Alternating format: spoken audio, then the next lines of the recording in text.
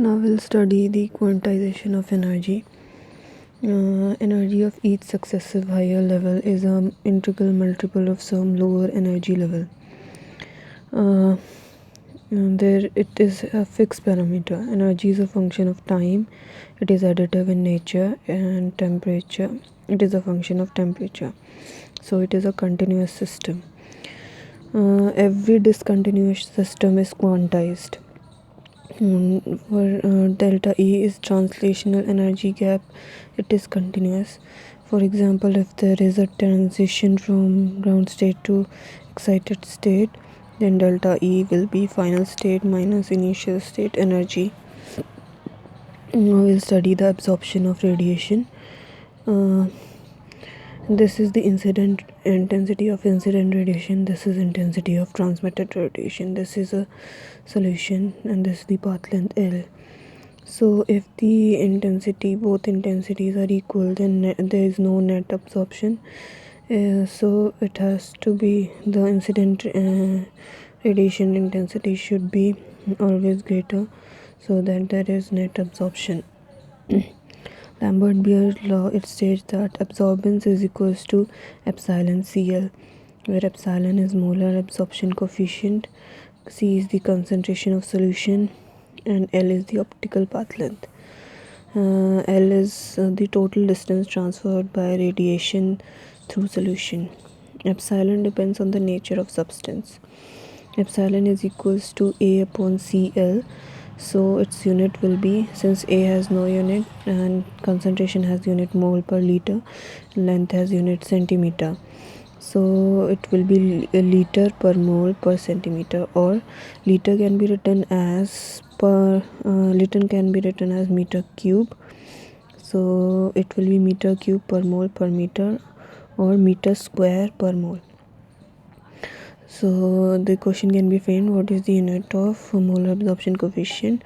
And in these given option, this is the correct answer: meter square per mole.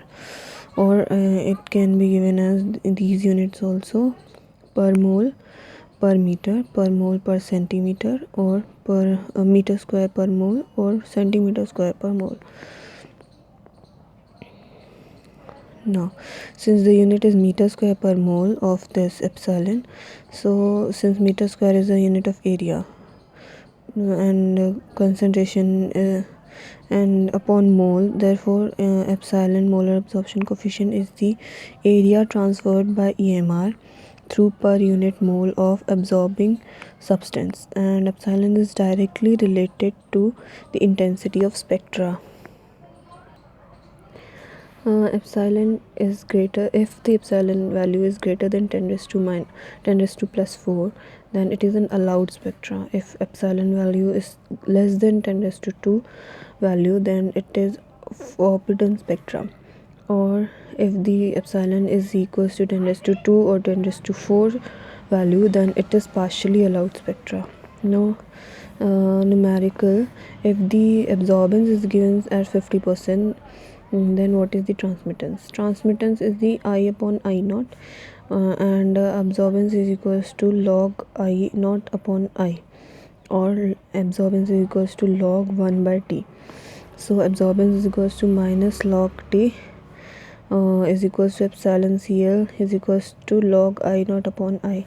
These all values can is for absorbance. Now you'll use log 1 by T is equals to 0.5. So 1 by T will be equals to anti-log of 0.5, which will be 3.21.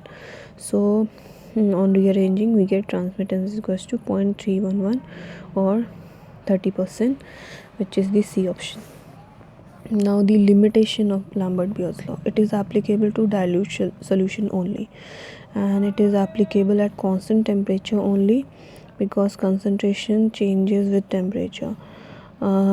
In concentrated solution, even absorption takes place due to interference of radiation taking place. Now it is not applicable to ionic solutions, because ion can undergo dipole interaction, due to which scattering takes place. Refractive index of medium must remain constant throughout the optical pathway. This is the graph between intensity and wavelength or wave number or frequency. This is the allowed spectra, this is forbidden, least peak, and this is partially allowed spectra.